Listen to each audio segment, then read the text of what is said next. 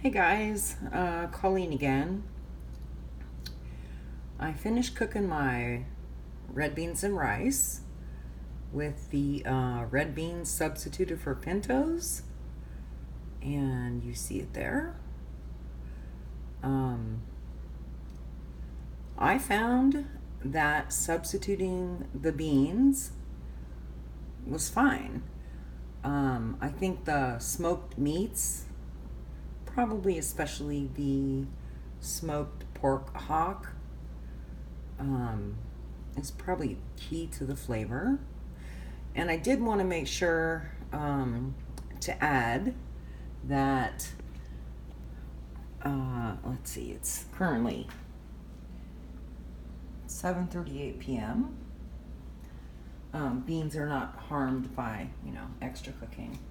But I did, I'm getting to this later because I found the article. It was Epicurious.com, Myth Busting Guide to Cooking Beans.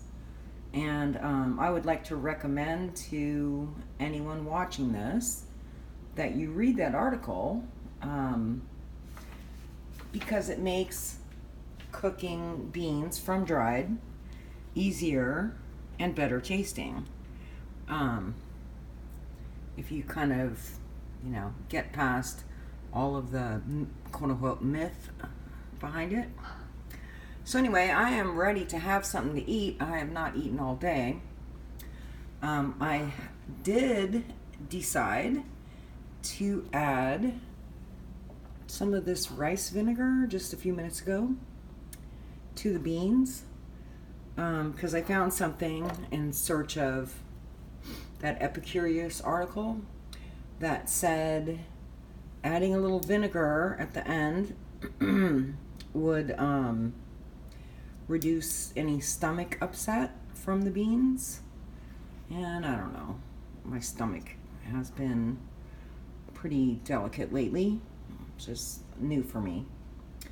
Put this here to remind me that when I got home from running my errand, I did pull out that pork hock and cut off of it what I could. I can show you here. So that's pretty much all bone. And there's, just a little bit of meat and a lot of skin on the thing originally. So little bits like this. That's the chopped up skin. And the chopped up meat. Nope. That might be andouille sausage. Okay, so let me get it right up in here, and there we go. So there are some of the beans. And my friend Lori from New Orleans used to blow on them. And if the skin splits when you blow on them, then they're cooked enough. So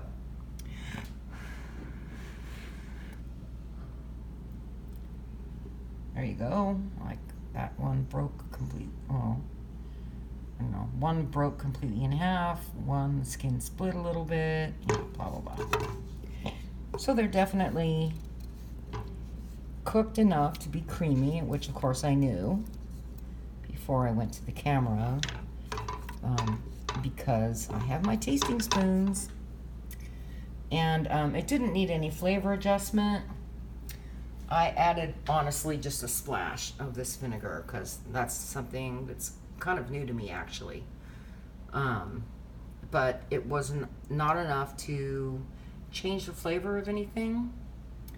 So if that helps make these easier to digest, I'm good with that. So I did make my white rice. And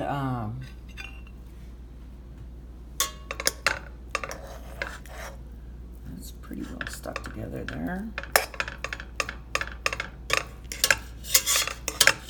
I boil the water, 2 cups of water first with a little bit of salt. I add a cup of white rice.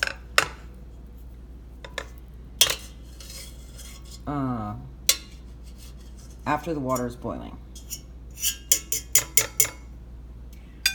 I put it on simmer for 20 minutes, and then I let it sit for at least 5 minutes beyond that. It's been longer than that, but this is, leaves, yeah, it's still warm. It's not really hot. Mostly because I was, scrounging around the internet. So here's the rice into my bowl. Using the ice cream scoop is a very 80s look, which I don't mind. I do have a little slice here of French bread from the baguette that I pulled out of the freezer and thawed. And then this bowl is messy because I cut the pork hock in it and whatever.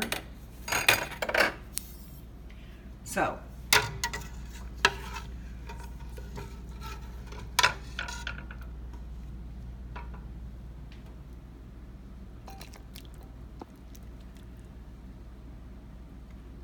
when my friend Lori was living with me in California, she could not find andouille sausage. It's probably easier to get now than it was back in the day. She would substitute like a Hillshire Farms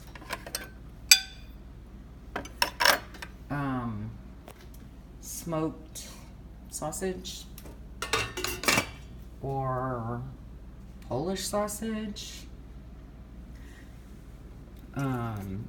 She oftentimes used hot links. She substituted dry dark red kidney beans for the red beans.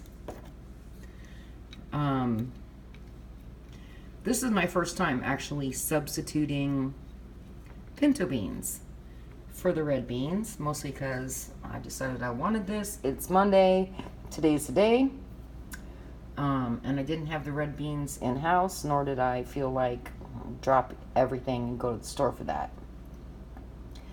So there we go.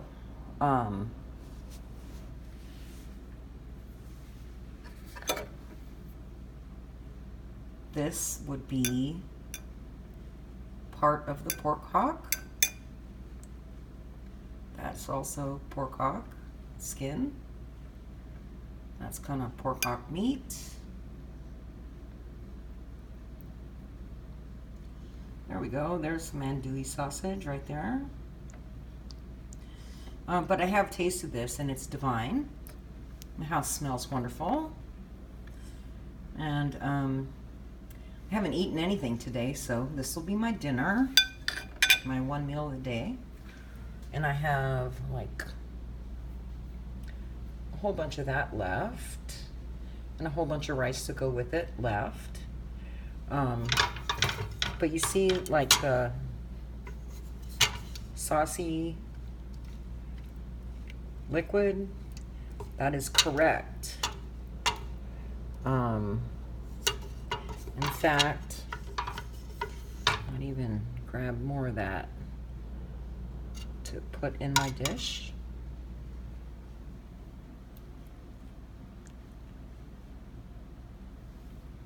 There we go. So that's my dinner.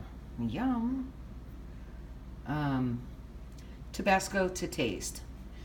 The red beans and rice itself doesn't need to be made spicy, although it can be. You can add cayenne pepper or Tabasco as you're cooking it.